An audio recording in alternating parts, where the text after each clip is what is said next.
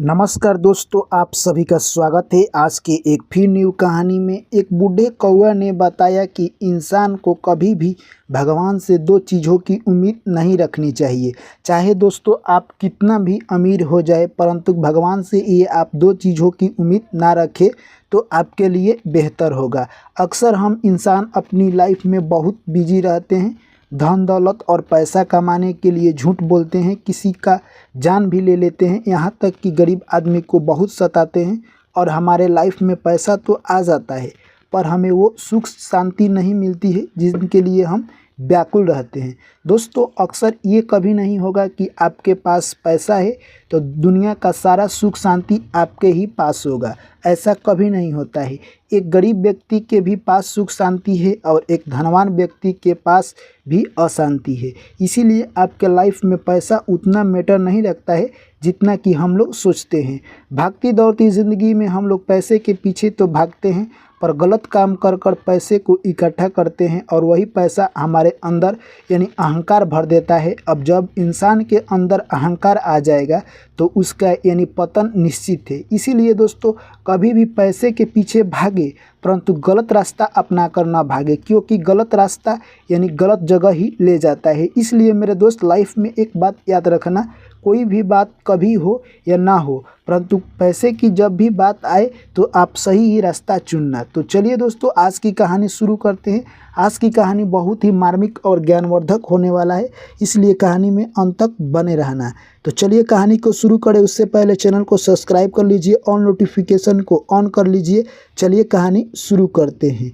एक प्यारा सा गांव था। उस गांव के पास ही में दोस्तों एक छोटा सा जंगल था। जंगल में बहुत सारे जीव जंतु और पक्षी रहा करते थे। एक पेड़ पर एक कौवा और कौवी बैठे हुए थे। बूढ़ा कौवा अपने कौवी से बोलता है कि चलो आज हम लोग यानी कहे तो इस गांव की तरफ चलते हैं। उस गांव की तरफ बूढ़ा कौवा और कौवी वहां से चल देते हैं। जैसे ही जाते हैं तो देखते हैं कि गांव में बहुत सारे लोग अपने अपने कामों में व्यस्त थे। कोई किसी को काम करा रहा है तो कोई किसी का काम कर रहा है। परंतु यह सब देखकर कौवी को समझ में नहीं आया कि इंसान इतनी मेहनत कर कर भी सुख शांति का ज़िंदगी क्यों नहीं जी रहा है। तभी कौवी बोलती है कि हे पिया जी, यहाँ पर तो बहुत सारे लोग मेहनत कर रहे हैं। मैं देख रही हूँ कि यहाँ पर बहुत सारे लोग अपने अपने कामों में लगे हुए हैं, परंतु कुछ लोग बैठे हुए हैं जो कि काम नहीं कर रहे हैं। तभी कौवा कहता है कि ये लोग यानी बहुत अमीर है, ये लोग लोगों से काम करवाते हैं और उनके बदले इन्हें तनख्वाह देते हैं। ऐसे लोग का भाग बहुत अच्छा होता है। तभी कौवी कहने लगी कि ये लोग आखिर क्या किए हैं कि इनके भाग अच्छा होता है। तभी कौवा कहता है कि चलो जंगल में वापस, मैं तुम्हें समझाऊंगा। पुनः वो दोनों आपस आ जाते हैं और उसी वृक्ष पर बैठ जाते हैं।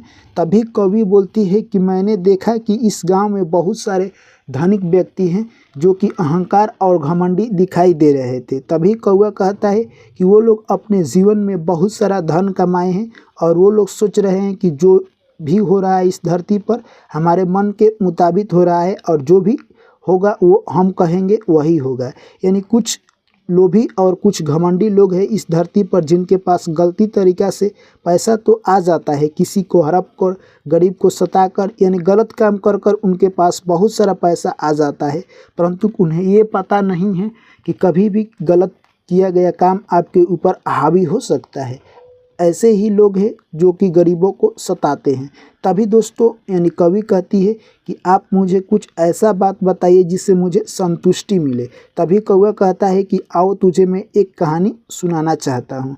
पास ही के गांव में एक सेठ रहता है जो कि बहुत अमीर है। उसके पास इतना पैसा है कि वो किसी को नहीं सुनता, यानी कहे तो सेठ अपनी मन मौजी करता और जब भी उसके यानी जो भी काम करने वाले उसके अंडर में आते हैं वो उनको रोब दिखाता और कहता कि मैं जो करूँगा वो सर्वश्रेष्ठ होगा, यानी मेरी बात तुम लोग मानना। मेरे पास इतना पैसा है कि मैं खुदा को भी खरीद सकता हूँ, यानी कहने का साफ मतलब है कि मैं भगवान को भी खरीद सकता हूँ।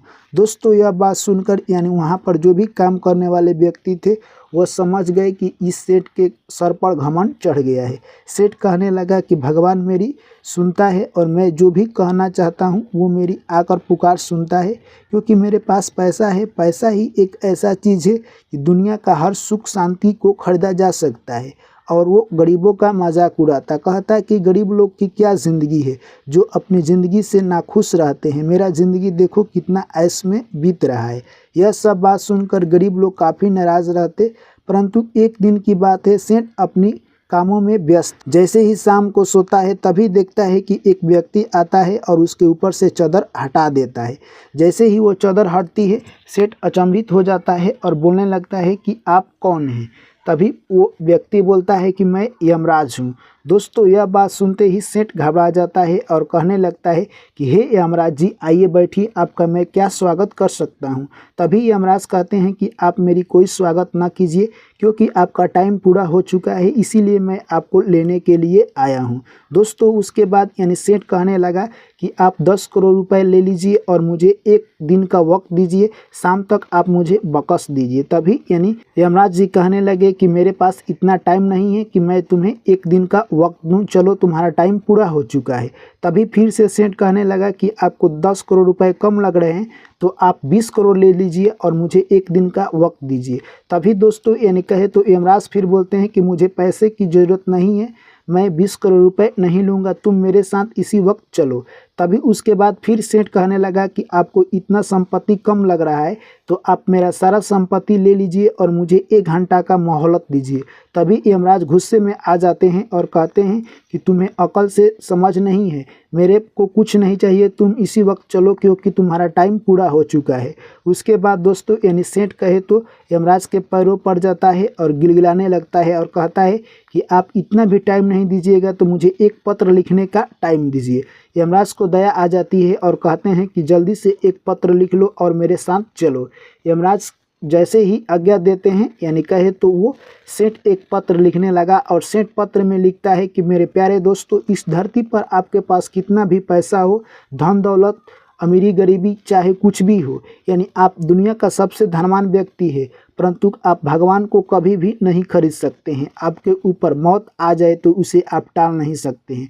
आपको यमराज लेने के लिए आ जाए तो आप अपनी धन दौलत देकर या संपत्ति देकर उन्हें लौटा नहीं सकते हैं, क्योंकि भगवान के लेख को कोई बदल नहीं सकता है। विधाता ने जो लिख दिया है वो होकर ही रहेगा। अगर आपकी आस मौत है, जैसे ही यमराज आपको लेने के लिए आएंगे तो आप उन्हें लौटा नहीं सकते हैं, क्योंकि ये होने की विधि है, होकर ही रहेगी। यह पत्र लिखकर और लोगों को सूचना देकर सेठ यानी कहे तो यमराज के साथ चल दिए।